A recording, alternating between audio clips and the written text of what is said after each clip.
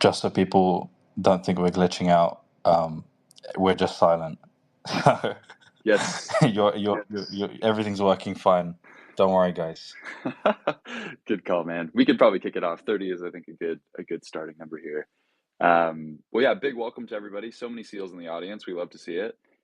This is a live episode of Liquid Culture, which is a podcast about crypto, culture, creative technology. We're a production of the C Club Media Network.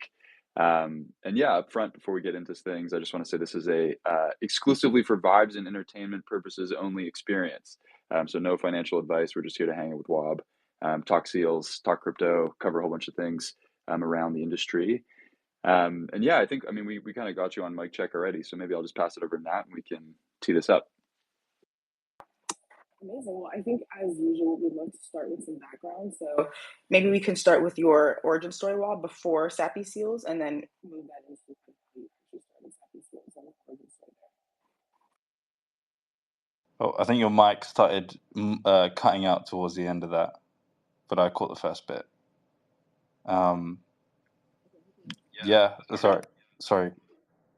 Wait, is it working yet? Or? Okay, but can you hear me now? Okay. Yeah, now I can hear you. There we go. Sorry about that. But yeah, just intro on pre-Sappy Seals, kind of what you were doing up to before that, and then kind of pulling into when you started Sappy Seals and the origin story there would be great. Pre-Sappy Seals, different person, different man. We don't speak about the dark ages anymore, but no, so typical, software engineer. I was a average nerd that wanted to get into FANG, like the typical engineer persona. But obviously Seals have come around now. I'm sure there's a lot about like my past that's like maybe relevant, but I think that's enough to put it simply. I just was always a tech geek, and I think that's naturally how you find your way into crypto. I'm sure you guys probably have somewhat of a similar background, but I'm curious to know. Yeah, for sure. It's so funny how similar archetypes like keep popping up. You just have the poker kind of gambling type person, the super tech like dev type person who's randomly like mining Bitcoin in college, that kind of thing. You go through, really there's only like 3 or 4 versions of us that exist in here. Yeah, I also think like the most profitable people here tend to be like very similar personas. Like if you think of the poker players, you think of, I think generally people that competed a lot, whether that's across education or if that's across, I don't know, esports or actual sports, right? Like having the determination to try and be number one and try and win is usually the factor that I see across people that makes them have a bigger P&L than other people, which is, I mean, it's not really surprising. It's just interesting. And yeah. Yeah, it's like the sneaker sniper, ticket sniper to like Mev sniper pipeline. Yeah, pretty much. I was never really into the whole sneaker thing, to be honest. I kind of hate that bunch, but I'm sure they're matured nowadays. I feel like there's a good constituency of NFT bros who were in that sneaker like cabal at first, and then whatever you kind of come through Top Shot. Anyway, it is funny to kind of think about archetypes. Cool, man. Well, super good to have you. I'm stoked for this. Maybe just to tee this up for everyone else, like we're going to go through a bunch of stuff we want to ask and riff on with Wob.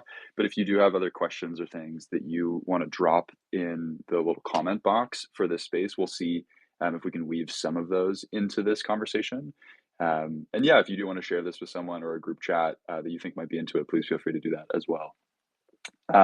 Cool, man. Well, I want to get into this question of like, what is an NFT project? I think a lot of people have classified their attempt at an NFT project in different ways.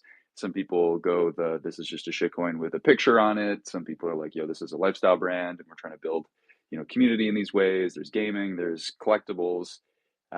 Sappy covers so many different bases that I'm just curious, like, how do you think about like what is an NFT project? Maybe high level, if there is something consistent across all of these things.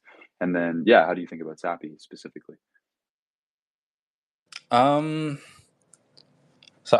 I would say that, so you hear all these things where people talk about, oh, is this a lifestyle brand? Is this like, are you a games company? Are you, what do you guys specifically do? Or what is this NFT about? And I think I'm more ascribed to, Derek, collab currency, like the whole networked object sort of theory, right? Where it's these primitives on the internet that people um, are attracted to and use in different ways, and are interconnected through these sort of online networks of people. And that's the foundation that you have, that people are building off of, and that's how they sort of accrue value. Um, I think that, I see seals as and NFTs as less of a brand and more of a movement or collective of people on the internet that are doing interesting things.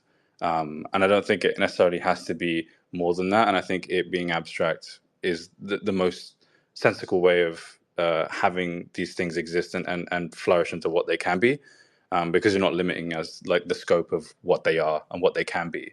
And that way you're kind of setting yourself up for success. And it's why, we try to take on as many things as we find interesting, because I think the more interesting things that you're doing, the more things that you're reaching into, the more that people can relate to the thing, or to the NFT itself, because there's a bit of something for everyone. And I ultimately believe that to really, champion an NFT, to rock it as your PFP, it's kind of letting it leak into your identity a little bit, in the same way that, you have people that you have, like the Disney girls, or like the guys that are like obsessed with Lego, those sorts of people, and it's taking on that identity portion. And that this is like the modern or the new age form of that, but just very internet native, because we spend all our time staring at screens, and it's our way of showing to the world that we care about these things. But that's kind of the way I see it. I'm less of a I hate using the different buzzwords to describe what an NFT is. I don't believe that we should try and quantify what they are.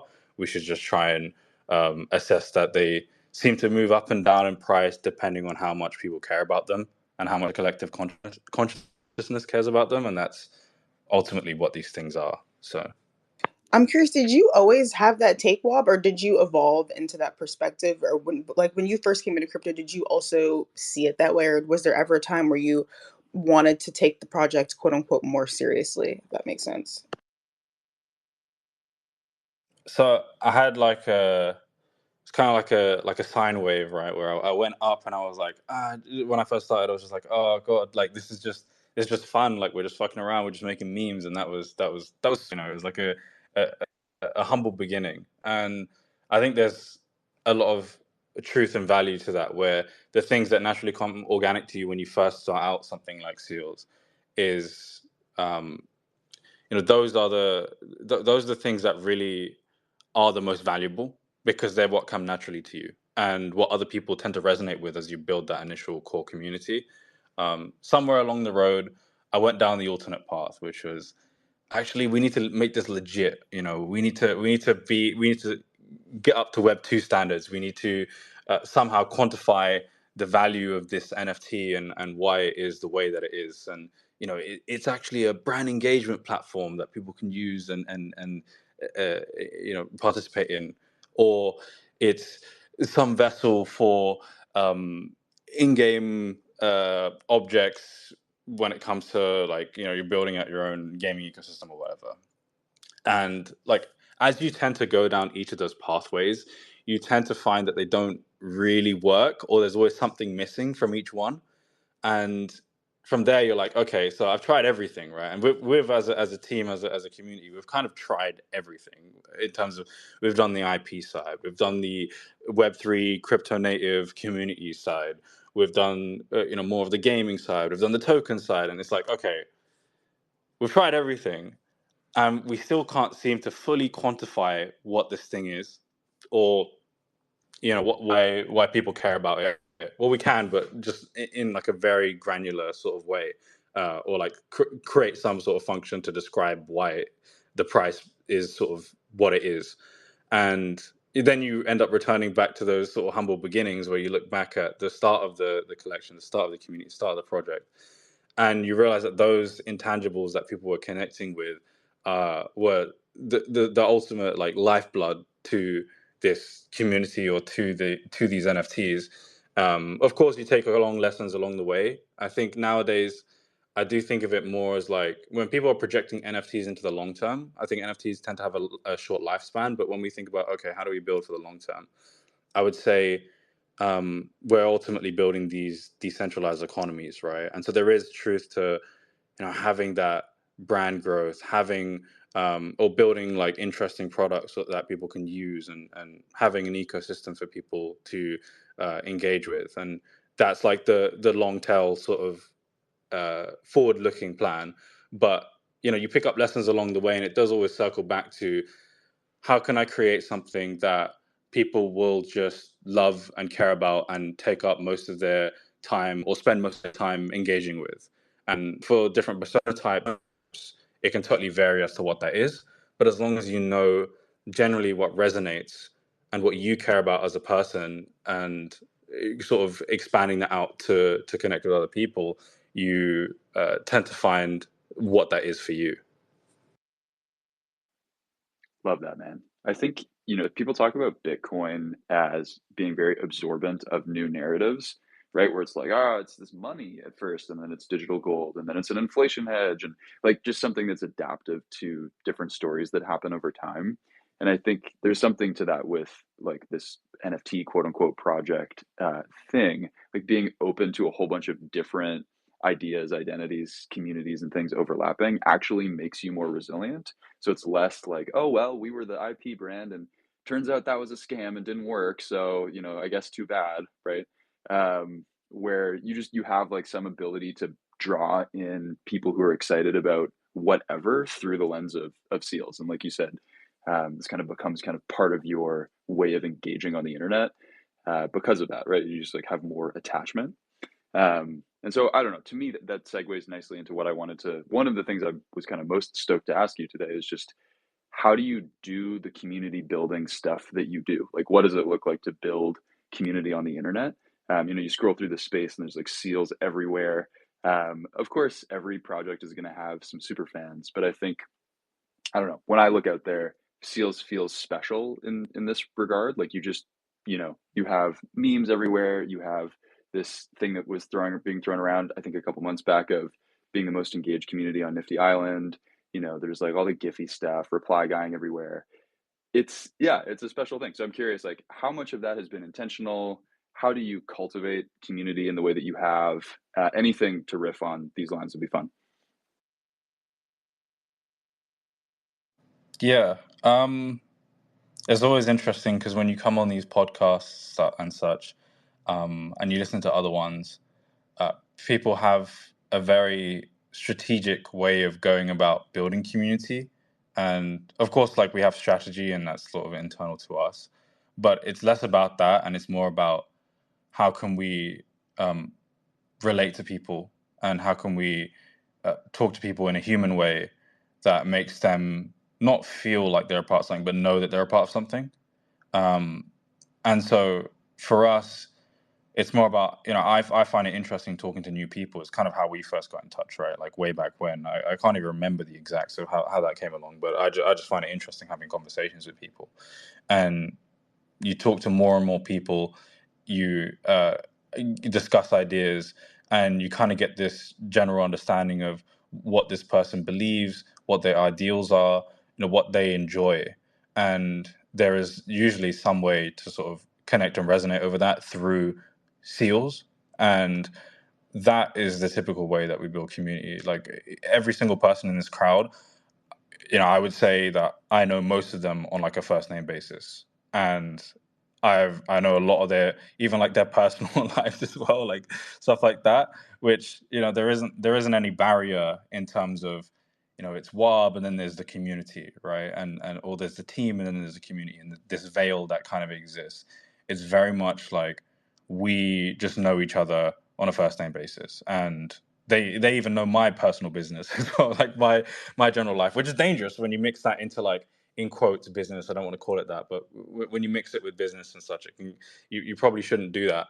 And to some extent, I think that, like, ivory towers work in some ways, and this is a bit of like a, a, a backwards way of doing things. But I think ultimately it's the right thing, because if you're trying to build something that lasts for decades, that has people globally just being attracted to it, and flocking to it, you need that openness, and you need to like have those discussions and be connected with people in that way. And so that's the way that I would say I go around the, in quotes, community building.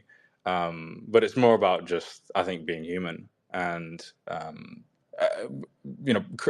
there's a different element to it as well, which is actually creating things that they want as well. I guess you can kind of see that with seals when we typically do things, everyone goes kind of crazy, like, and everyone's like, what the fuck, like, what are seals doing, like, how do they pull this off or whatever. And you saw that with like Omnia recently. We released the trailer for that, and the community went absolutely fucking insane. And I think those moments end up bonding people, because going into the future, looking back on it, it will become very nostalgic, and it will have a place in people's hearts. And that is, I would say, one of the main things that makes NFTs sort of powerful in that way as well, where they're sort of connecting people, and all those emotions and all those ways that you feel towards something kind of get nested into like holding this thing on the internet or on the blockchain. One of the factors, of course, but it's the accrual of all those things that kind of get stored and trapped within these NFTs. Yeah, that's so interesting, because I feel like kind of what you're saying there is that you're just focused a little bit more on the intangible. And so I guess my question there is like, do you guys have any metrics that you use? Because I think a lot of projects are using things like floor price or like these type of more financial sentiments to get a sense for what the community sentiment is. But like, if you're not focused on that exclusively and you're more focused on the human aspects, how do you guys think about that? Is it, IRL events? Like, how do you get a sense for a ground level sense for what the vibe in the community is?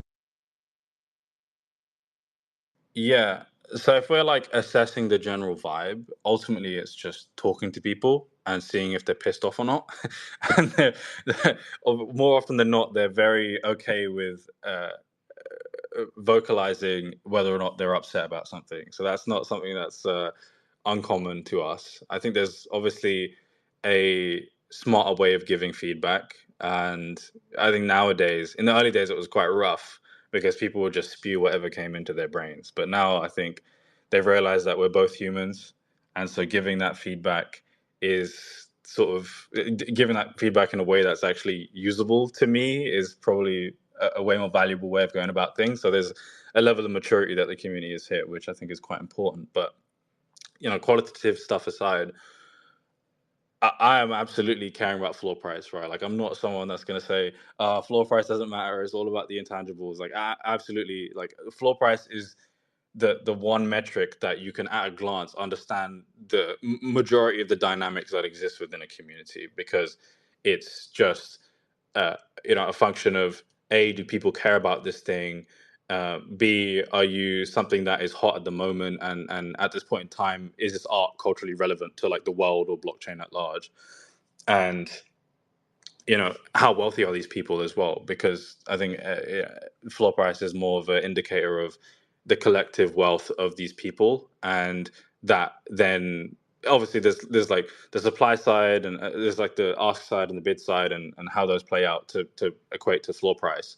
But yeah, like it's a very valuable metric, and obviously when it goes down, you can look at the sellers, you can see who sold, and you can ask them why they sold. And sometimes I do that. I don't try to do that often, but if it's someone that I know runs very deep in the community and they've sold a bunch, I'm like, okay, well, why has this happened?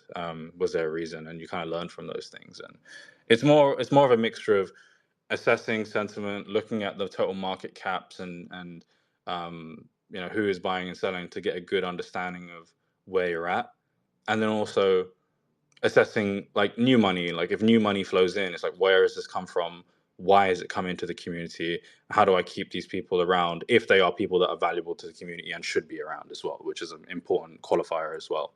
And so that's the way I would say I look at things. And I would say with NFTs, or I think just generally markets, but NFTs in particular, because there are so many intangibles that they cover, because they are more of a, in quotes, lifestyle sort of thing or object or phenomenon.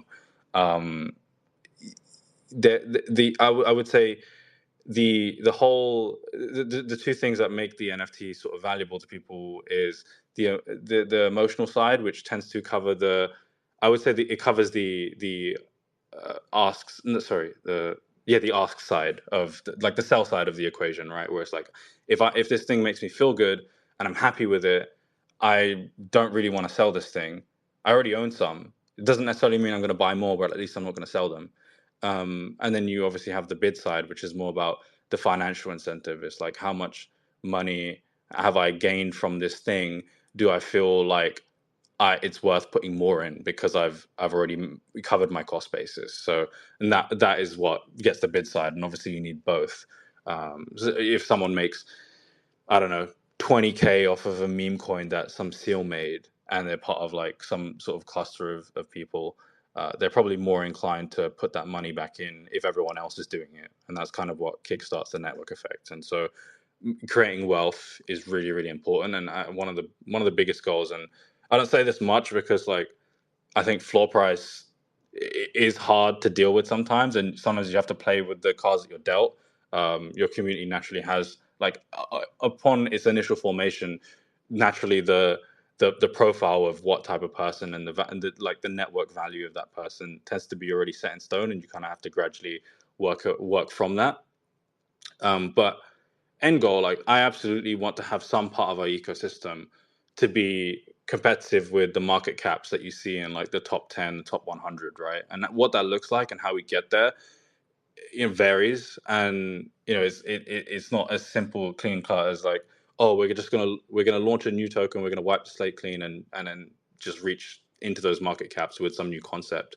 It's more about how do we transition this community into a state which is which is capable of reaching those market caps and those prices. And the wealth creation is the most important thing, I think. Obviously the intangibles are like a vessel to get there, and they're absolutely important, but at the end of the day, I want the price of our assets to all go up, because otherwise why would we be here?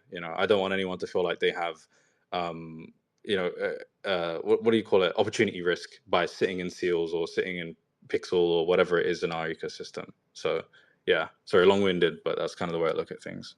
Long-winded way for Wob to pump my bags. We're very here for it this morning.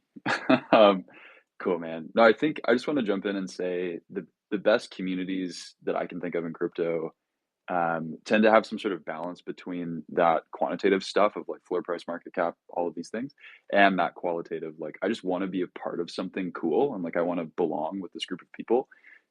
There's no community manager for Bitcoin. You know what I mean? People are still excited about Bitcoin, whatever, 14 years later. Like the original ETH stuff that I got into in 2019 was just like, this just seems cool, right? There isn't necessarily like, of course, everyone wants the coins to go up, but at most that's just one kind of ingredient in like that community formation. And so I think, yeah, if you want to like look beyond the more narrow scope of an NFT project to say like, hey, like this is our one strategy for how we get people to belong, and to expand to something like you've said, like that's like a decade project plus. I think it's cool just having like both of those things in mind, both qualitative and quantitative. So more power to you. Amazing. Well, I think we want to shift gears a little bit and maybe talk about kind of the business or IP side of things, and get your thoughts there. I know you guys talked about the fact that you're not really trying to push the IP business thing in the same way that other projects might be, but I'm curious if that is an opportunity for people who hold, like, are you guys CC0? Can people who own seals sort of take them and do interesting things with them, use the IP? Like, how do you think about that as a community member? Yeah. So I just clarify. I do actually really believe that IP is like valuable. In the current way that it's constructed in the world, I don't think that that is the model that necessarily fits. And so I would say that um, making products and resonating with people in a way that's easy to digest is really important. And whether that's consuming gifts or consuming Instagram content or having some physical product in your hands, like that's something that is very easy for someone to understand that isn't crypto native. And I think that's really, really important. When it comes to like people doing stuff with the IP, I would say we have more of a CCO approach. I we don't have a CCO license out there. Main reason we didn't do that is because I think it can be quite limiting, or can box you into a situation that you might not want to be boxed into the long run. And I wouldn't say we're 100% certain as to what that future looks like. The idealistic, like, cypherpunk in me is like, yeah, fuck it, CCO, like, let's do it. But I know that there's limitations that come with it, and taking that risk is intimidating for sure. And that's why we have a different approach where we let people sort of do what they want for the most part. And we had like a react below from Mango in the crowd. Like, he went over to Ada and launched, little Sappies as kind of like a play on the whole like little budgie thing, right? And that ended up breaking the chain, like literally breaking the chain. Had, I don't even know, like, an insane amount of volume and transactions going through that the chain hadn't handled in a very long time. And it just goes to show that, like, people from the community going on these initiatives and, I guess, proliferating and growing the total pie, or the coverage of what Seals is really, really important. And I, I I agree with the typical thesis with NFTs when it comes to them being like Veblen goods, but I think there are legitimate angles to the whole. I could just right click save. You can just do those things, and that the power of your NFT tends to deplete once you realize you can just do things. But that's also a beautiful thing because it means that anyone can join, anyone can feel like they're part of it, and this is more of like, if you have an NFT PFP on your profile, it's more like I see it kind of like nationalism, right? Where it's like, if you're in like England and you walk down the street and you see someone put like a British flag on the front of their house, and it's like, yeah, fuck it, I love England, right? It's like very much the same sort of thing, and anyone can necessarily do that. I think that you should just let people do what they want with the IP as long as it's within the bounds of things that are not morally deplorable, right? Like, as long as they're not doing things that are just antagonistic, or not beneficial to the community at large. Letting people do what they want is the lifeblood of what makes an ecosystem powerful. Because once you start guiding behaviors and gating people, is the moment that, like, your thing starts to die because it can't take a life of its own, and you're very much constricting what it can become. I think you can have values that you sort of percolate down that end up manifesting in a certain kind of way and pushing behavior, but I don't think that you can gatekeep pretty much anything because anyone can upload anything to the blockchain. And so that's sort of the way I see how NFT licenses or community content should go, because you should be giving people the ability to monetize their own content. They should be able to go ahead and make something that is aligned with your community or your brand or whatever you want to call it, and have them take on a life of their own. Because you look at the biggest IPs in Web 2 and such, and they have fan pages, they have people monetizing in that sort of way. They have people that have these little, I don't know, maybe they'll sell like Winnie the Pooh candles or something, you know what I mean? And people go ahead and do that, and they have their little stores, or they'll draw art in their spare time, and it's just giving a vessel for people, a conduit for them to do that and also monetize it. And I just say, go ahead, just do whatever you want to do, as long as you're not fucking over the team and the business and the process. Love that, man. I think maybe an extension conversation from this is like, I'm curious, like, why crypto specifically? Because when I hear you talk, I mean, like, that's the kind of thing that I would want to be a part of.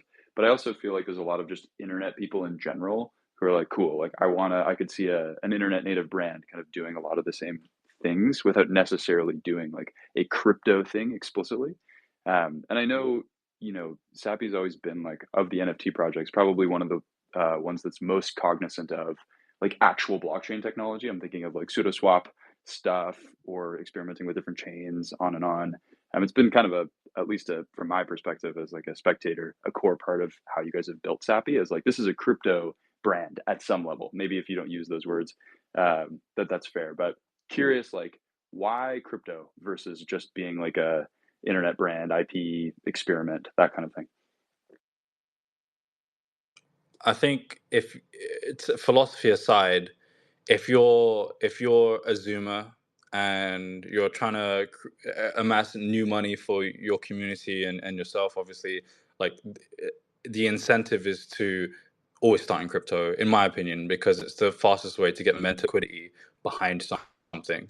And that incentive is obviously really important because that's the driver of revenue, that's the driver of success ultimately, because money tends to lend itself to causing success. And as a community or as a company, you should be thinking about how can I amass as much money as possible, to give you like the runway to achieve whatever you want to achieve, and B, in enriching those users as well. And so I think that is like the main component that I think makes sense from a logical perspective. And then if we were to talk about more of like on an individual basis, I would say crypto resonates with me on a deep level because I believe that I don't believe in the old systems that kind of exist, and I think that having something transparent and open for people and permissionless is the way forward.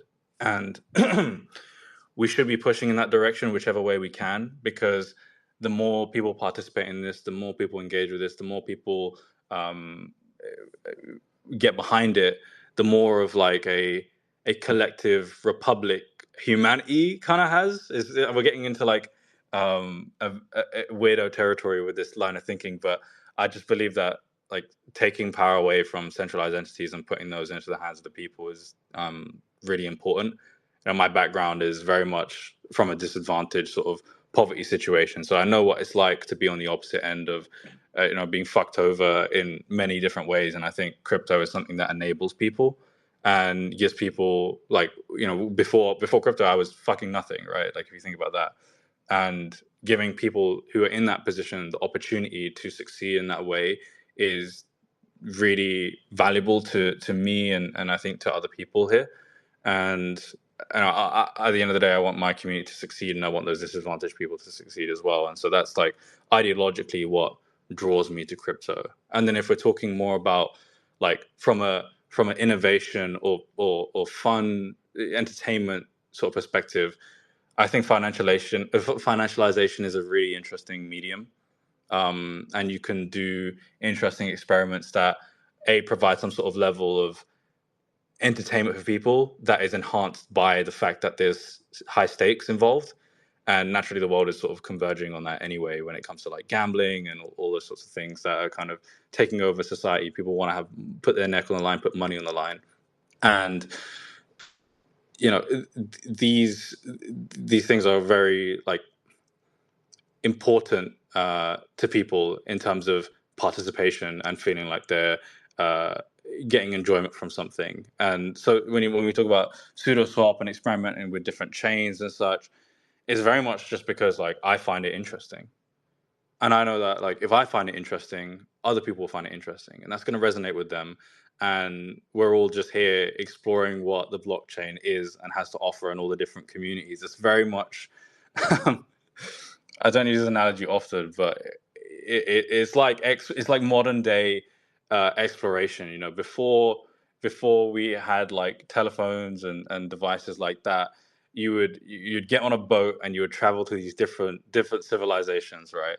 And this is almost like the metaversal equivalent, where you have uh, people venturing out into different communities and discovering like, damn, like there really is a Cardano community, and they like have these set of values and principles that resonate with them and matter to them. And then you go over to Tezos and you're like, damn, there's like crazy artists here. Why do they flock here? And you're kind of going on that sort of exploration, that journey, and realizing like why these people even ended up in this place in the first place. And be like, how do I connect with these people and bring them on my ship, and make them want to participate in the things that I enjoy and I want to do.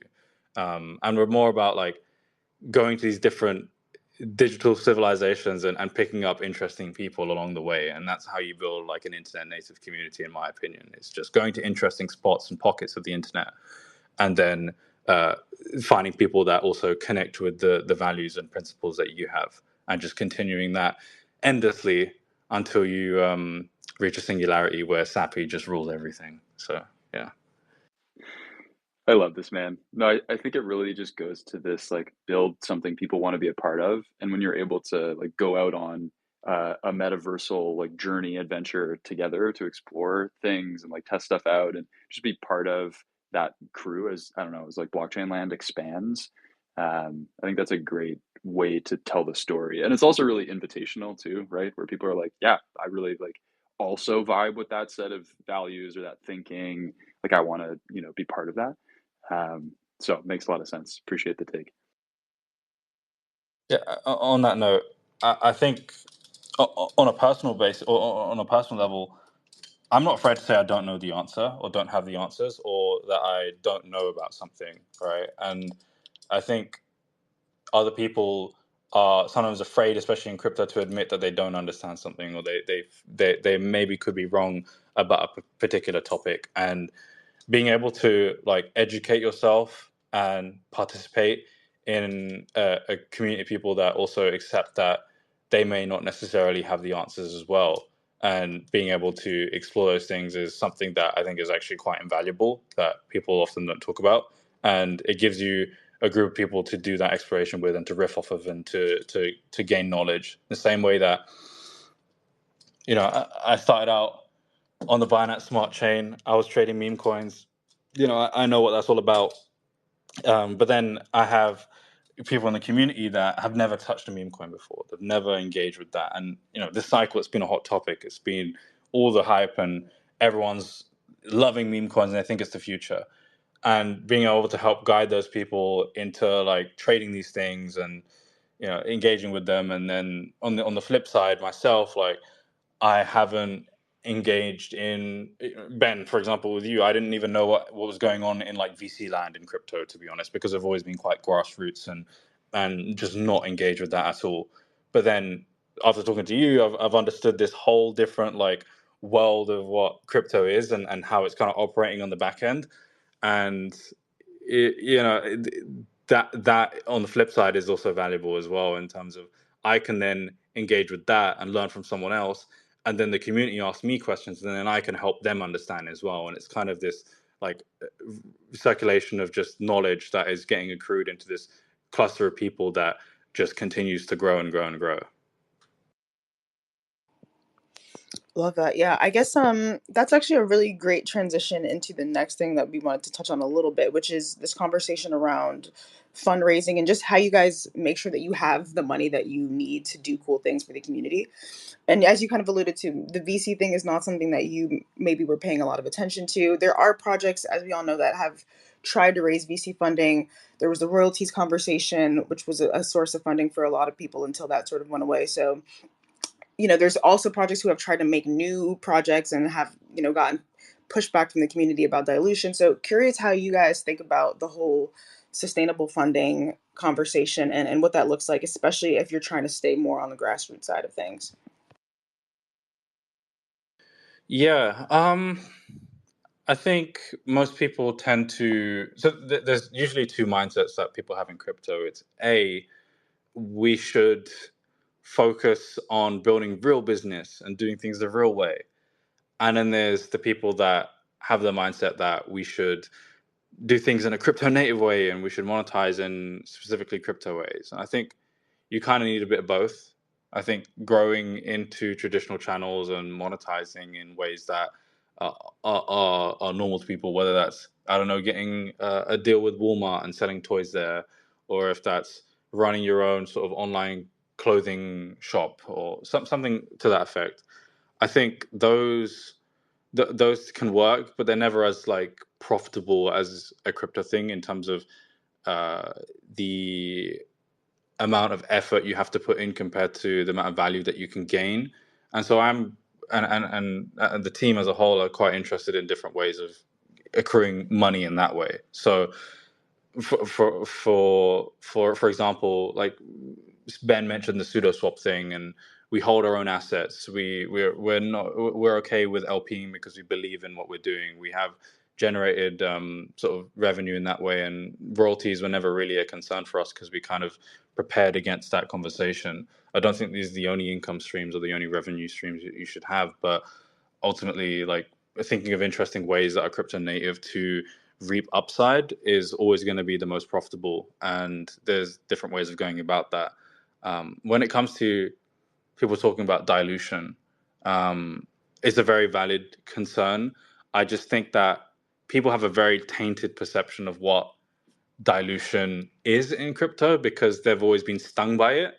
If you look at, I don't want to name any names, but you look at a lot of other NFT communities out there, and they've just released collection after collection after collection. It's like, okay, at what point does this stop fueling attention upwards and momentum upwards and go to the downside? And how do we deal with that downside? That is a common story. But then we've also seen success stories, right? Where you look at things like Milady, for example, where they've released like loads of collections, in fact, and every single time people are hyped about it. And if it's something that resonates with people, you can do dilution in a way that's interesting to people. I have a lot of thoughts on that, but I won't go into it. But I think that is something that I'm not necessarily afraid of. I just think you have to do it correctly. So, for example, you could sell collectibles on chain, right? And that actually gives you a better experience. That gives you um, a better user experience in terms of like, oh, I can trade these physical collectibles on chain. But that's technically dilution as well, because some amount of people's money is going into this thing, and it just depends on how valuable that feels to people in terms of, have I gained some different experience that I couldn't get elsewhere, and is that going to attract new people to participating that can increase the total pot of money? And so I think you're often trying to think of actions that, how can I increase the pot of money that is in my community proportionally to the amount that I want to sort of take out of the community as revenue, right? And as long as you're being intelligent about that, I think there's interesting ways of being crypto native and achieving those things. So that's kind of the way I see things. Yeah, the Milady thing is such a good point because I think they really are one of the only projects that has released, and it's not even just them. They kind of let almost community members release like derivative projects. They're on multiple chains, and it doesn't, at least from my perspective, feel dilutive to the core brand. So I think that's a really, really interesting point, actually. I just think 10,000 NFTs is not enough. Like, if you truly want to take over the world, having 10,000 unique people is not even close to enough.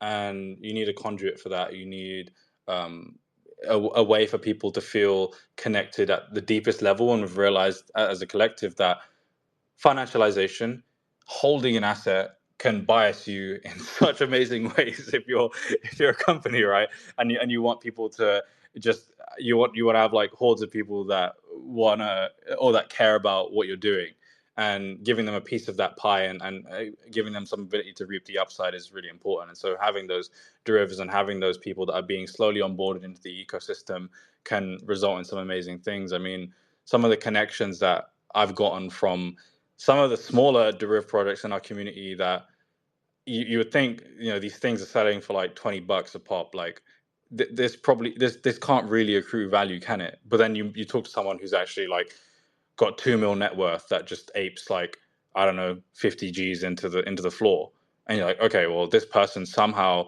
came in through this random derivative project that most people didn't care about. And I think the more you do that, and I guess that you've seen it with Milady, is like the more that this artwork or this cultural phenomenon uh, infests the world, the more liquidity tends to be driven behind it. And I think naturally it tends to be accretive to the base assets, the ones that people trust and they know like are the in quotes the real assets, even though there is not really a full distinction there. And it tends to always be something that's beneficial to participate in. And I think gatekeeping is obviously the wrong thing to do, because in theory anyone can just upload whatever they want to the blockchain, and that's a real thing. And if you want to go down the argument of, oh, the token is valuable, then like, if you take the picture out of the equation with the token, what do you have left? Not much. And I think the thesis of people saying like, oh, we're going to get loads of airdrops and we're going to have all these things is, you saw with like layer zero, is probably not not the way things are going to operate moving forward, I think. and that kind of damages that token, like the underlying token thesis as well. So in my eyes, it's more about like, how do you have something that is or understood as like the real assets, and then how do I flywheel attention into this thing, and that's through letting people do whatever the fuck they want. It's funny. I think the nouns guys are actually pretty sharp on this, at least in the way that they talk about it.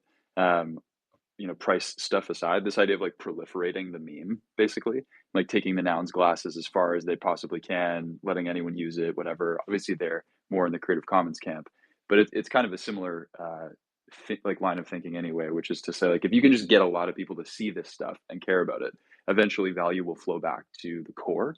And I think, yeah, I feel like we're going to see this play out over years. Probably, it's a little bit hard to be like, okay, well, over the next 6 months, this and this happened with this project. But over the next like 5 years, as we see like some strong winners kind of emerge, my sense is like, I hope that that's the case, right? Where you're able to like spread seals or a few of these other projects are able just to get like capture that wider sense of awareness.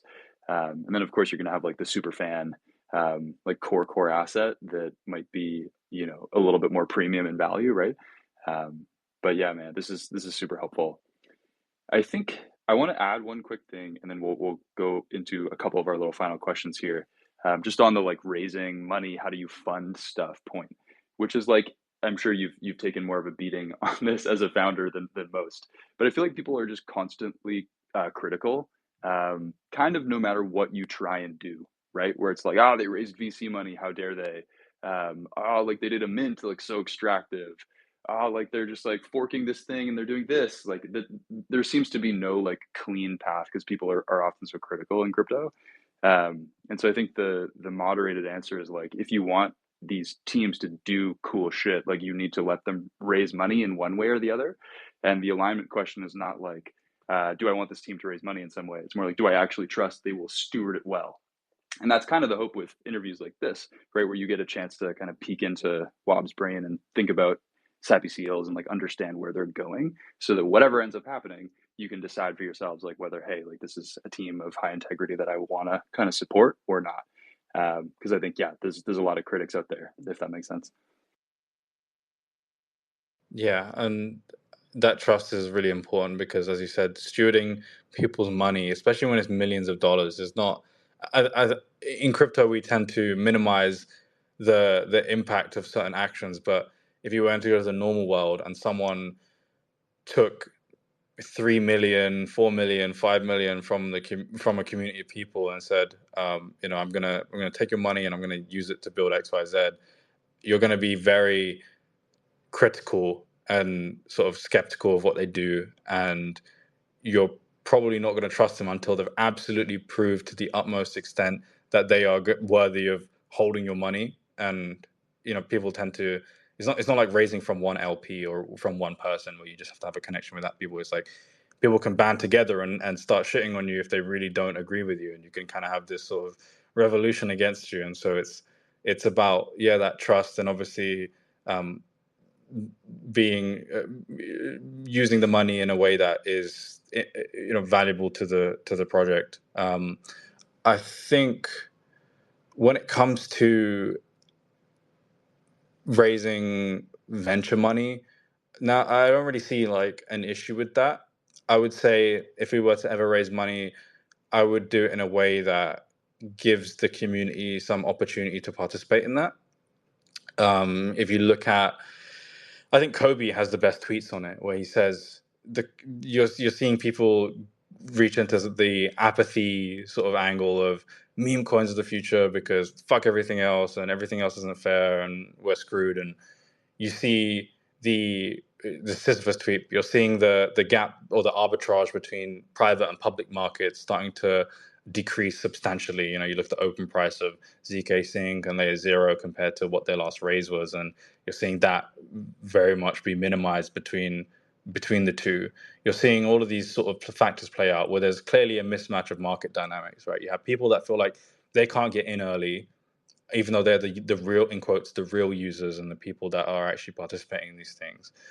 And then you have the people in the private markets who are like, fuck the community, they're just dumping our shit, they won't buy our shit, we're screwed, right? Like that, and you kind of have those two groups that are not happy, and so there has to be some convergence there or something that aligns them.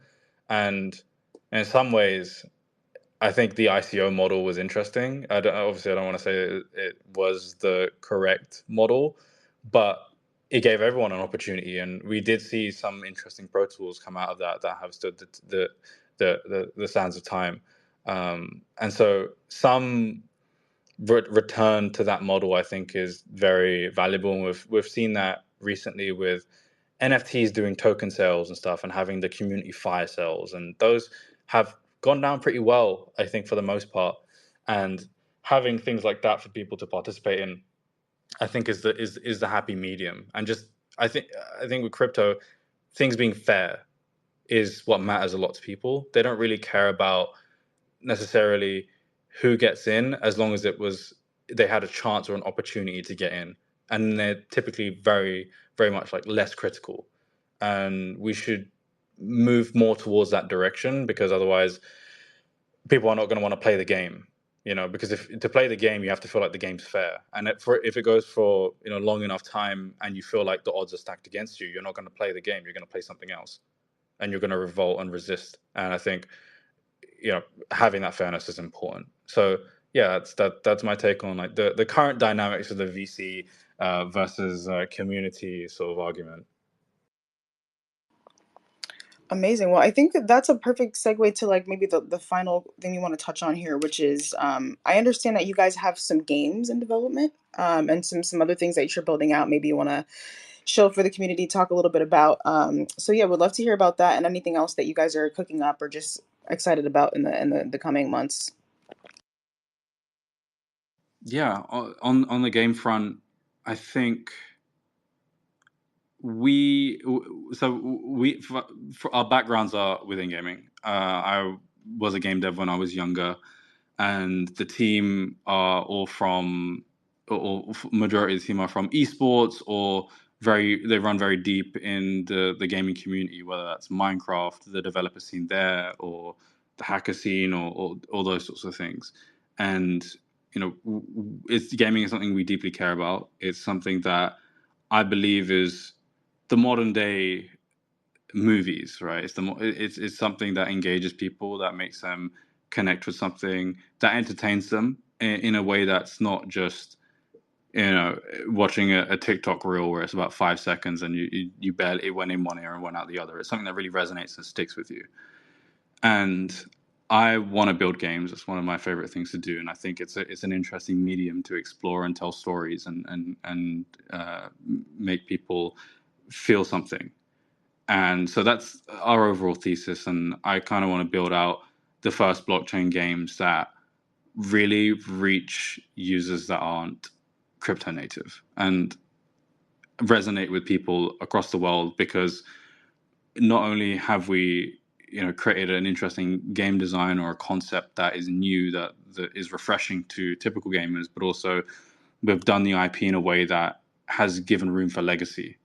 And I think it's very much not the case that you get these gaming ecosystems where you have people that have put attention into the IP and built a platform for that legacy to build and grow itself, and see actually innovate in a way that's interesting to people, that gives an experience that's new. We've seen in gaming right now that there has been a collapse when it comes to AAA. People don't want to engage in the same churned junk every single year and play that game and be happy with it, because it's boring, it's extractive, the quality has decreased, and everything's become very extractive. It's plagued with microtransactions and things that people don't really enjoy. And when you take a step back, you can understand why this has happened. And you can understand why this happens across pretty much every single industry in existence, right? It's because at the inception, you have these interesting IPs that people grow and love, and they acquire mind share. And then eventually you realize that incentives are more skewed towards, how can I take as much out of this thing, that all this attention that I've gathered, and extract the value.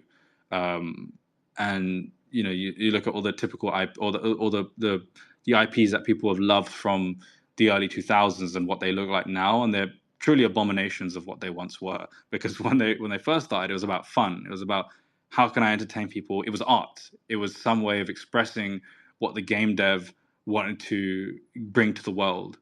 But now it's how can I take as many pennies out of this as possible. And that incentive makes sense because like you need money to make more games. So of course, using my current game, I'm going to try and take as much money out of it so I can guarantee the runway to make the next game and the next game and the next game. And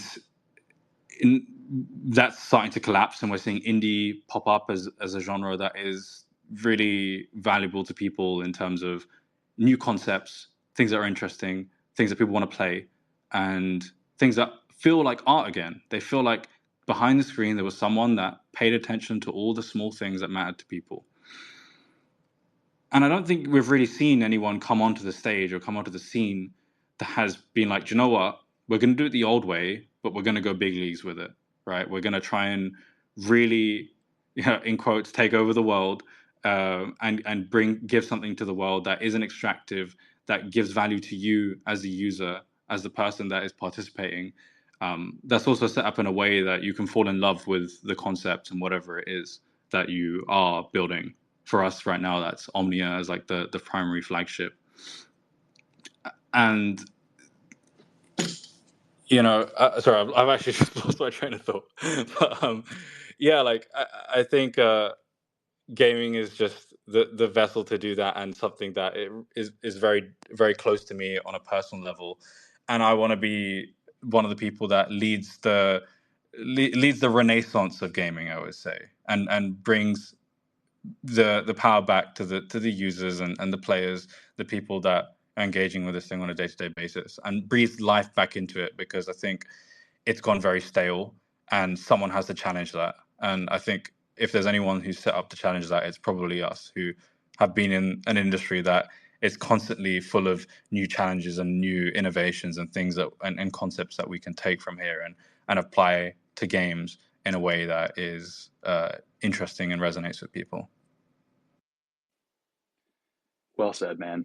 No, there's so much there, and I feel like there are so many different rabbit trails we could go down. But I know we're kind of at time here, so I think we can probably wrap up. I would just want to encourage everybody to follow Wob if you're not already doing that. Follow Sappy. Just try and explore some of these different themes that we've talked about. Some of the IP stuff, some of the gaming. Like they're one of the teams that I admire most in the space. Lots cooking up over the next little while. And yeah, I also just want to extend a thank you for everyone or to everyone for listening to another episode of Liquid Culture. Again, this is a production of the Seed Club Media Network. We have a little bit more information in this pinned tweet if you want to follow along for other episodes in the future. And yeah, thanks again so much, Wob. Appreciate you taking the time, man. Likewise, thank you for having me up here as well. It's good to chat. Awesome, guys. Well, take care and have a good rest of the week.